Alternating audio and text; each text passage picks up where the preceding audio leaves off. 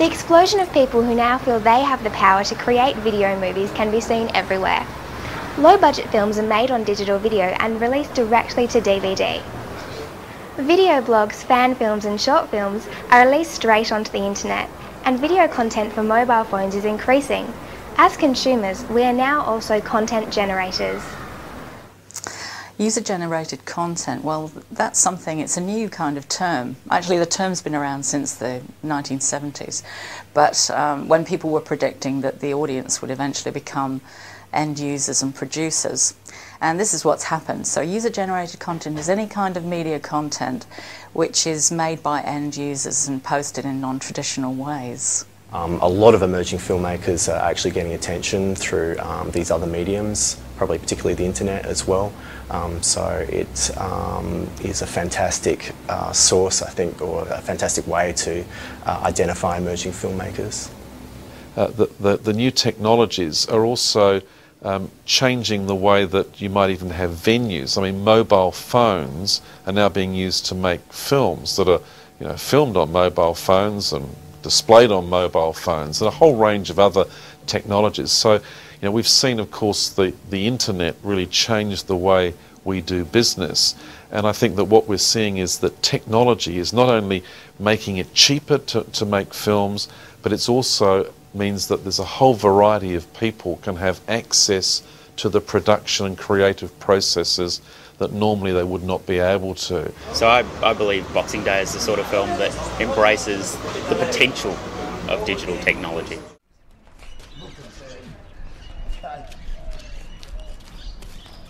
It is fairly easy for anyone to make a film on video now, and you can, edit it on your Final Cut Pro system at home. But it's whether those films are good enough, to actually be released into the market.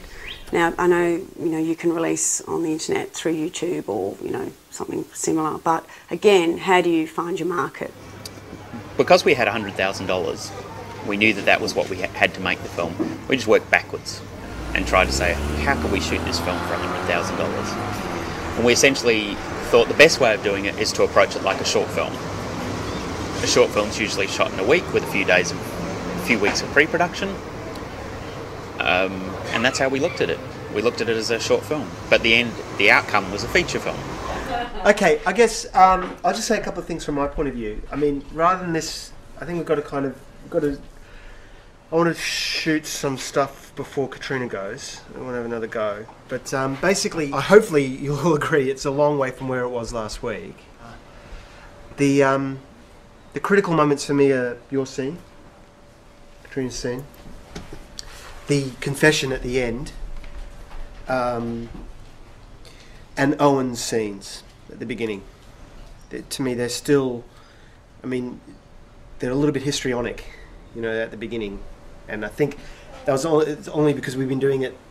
It was a bit of a stumble at the beginning of the week, but now that we can see the whole thing, you can sort of see where it needs to go. And we shot on a Panasonic HVX 202EN, I think, and that is capable of shooting DV or mini DV, HDV, as well as shooting onto hard drives. We wanted to try and shoot it on hard drives and then take those hard drives on location and put them into Final Cut Pro ready for editing. So we could see immediately whether scenes were working or not. The film was edited on Final Cut Pro and graded on Final Cut Pro, so it wasn't finished on a high level online suite, mainly budget reasons. But we looked at mini DV as a possible shooting format, but we felt that it had limitations in terms of it's really a home movie or a home format, and it has that look when you project it on the set on the screen. So we considered that may be not the best for the material that we were dealing with. It had to be a better quality. I don't know whether that's the right term for it. It had to be a quality that could lend itself to finishing on HDV and lending itself to being blown up to 35mm. As you take mini DV to 35mm, the limitations of that format are evident. People say, oh, but producing films on the internet, for the internet, producing films on mobile phones, isn't that going to destroy cinema? Well, the internet didn't destroy television or cinema or newspapers, and what I think will happen is there'll just be different ways of access. Participation is quite important, interactivity is quite important, and media organisations are starting to see this pressure to include content. That's challenging the role of journalists in many places. People are actually inviting, people in media organisations are inviting user content to be posted to sites regularly. Well, already it's on Adelaide Now. We're also hoping to put it on YouTube. I think the university still has the copyright on the film though, so we're going to wait a few months and then it'll be up there as well. Now there's a hungry kind of need for content to come, and at the moment people are supplying it, but the media organisations are also trying to find ways of monetising that content back to the users, so putting the pressure back on users.